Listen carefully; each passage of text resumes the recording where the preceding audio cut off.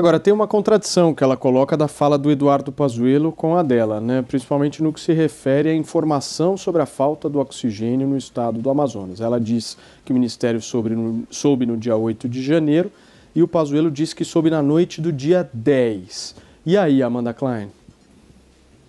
Paulo, eu vou chegar nessa parte de Manaus, mas antes eu só queria voltar um pouquinho atrás para concordar com o Serrão,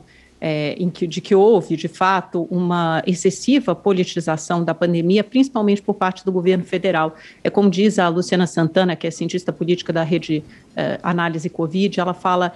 que isso levou a uma descoordenação federativa, né, ao uso de medicamentos ineficazes ou sem eficácia comprovada, a baixa adesão às medidas restritivas e, principalmente, a um questionamento e deslegitimidade da ciência, que é muito grave. Esse vídeo que o senador Renan Calheiros mostrou no início, em que a Mayra Pinheiro defende a imunidade de rebanho, depois foi mostrado novamente ao longo da sessão pelo senador petista Rogério Carvalho, ela diz claramente, aliás, em várias sessões, a Mayra é confrontada com vídeos e com áudios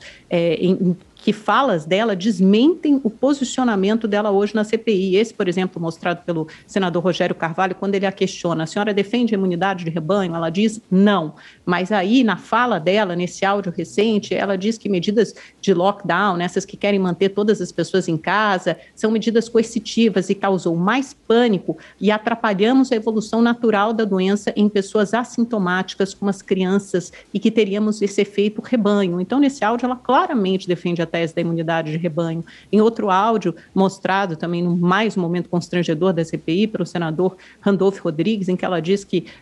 na frente da Fiocruz parece que tem a imagem de um pênis, né? E aí depois o Rogério Carvalho, senador petista, fala, não, eu estudei nessa instituição, não é a imagem de um pênis, é de um guarda-chuva. Enfim, ela faz uma confusão ali.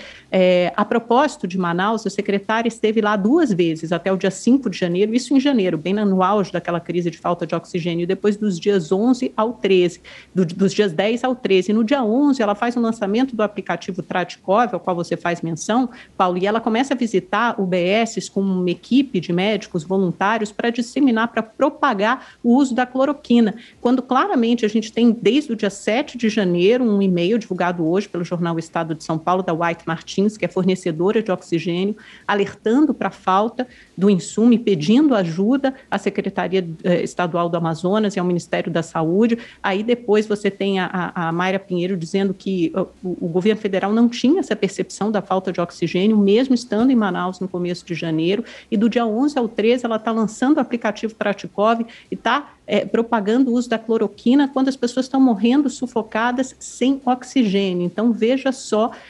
todas as falácias e que constrangedor, né, quanta desinformação nesse depoimento. E aí a Mayra insiste na tese de que o Ministério da Saúde nunca recomendou cloroquina, e sim orientou, fez uma nota técnica orientando as doses adequadas do uso da cloroquina. A gente não sabe que é verdade, isso é desmentido em vários áudios da Mayra Pinheiro, o próprio presidente Bolsonaro é o principal garoto propaganda da cloroquina, e o ponto aí é, como disse o advogado sanitarista Daniel Dourado, o problema é você usar um medicamento sem eficácia comprovada como política de saúde pública, ainda que um médico queira prescrever isso para o paciente, isso é uma relação particular, privada, médico-paciente, mas daí a usar recursos, empregar recursos públicos na produção de cloroquina e também na distribuição e na propagação desse remédio, tem uma distância enorme, né? Isso não poderia ter sido feito. Então, a gente vai voltar a falar disso, né? Imagino que os meus colegas queiram comentar também, mas o fato é que ela faz essa defesa com unhas e dentes da cloroquina, que já é a droga mais testada no mundo contra a Covid, todos os estudos duplo cego, randomizados, placebo, padrão ouro, indicam a ineficácia deste medicamento, e mesmo assim ela insiste no uso desse remédio, mas a gente sabe que todos os órgãos de saúde, de renome, reconhecidos, como a FDA, como o Centro de Controle de Prevenção em Doenças, Europa, Estados Unidos, não recomendam o uso da cloroquina, quer seja na fase hospitalar, quer seja na fase pré-hospitalar.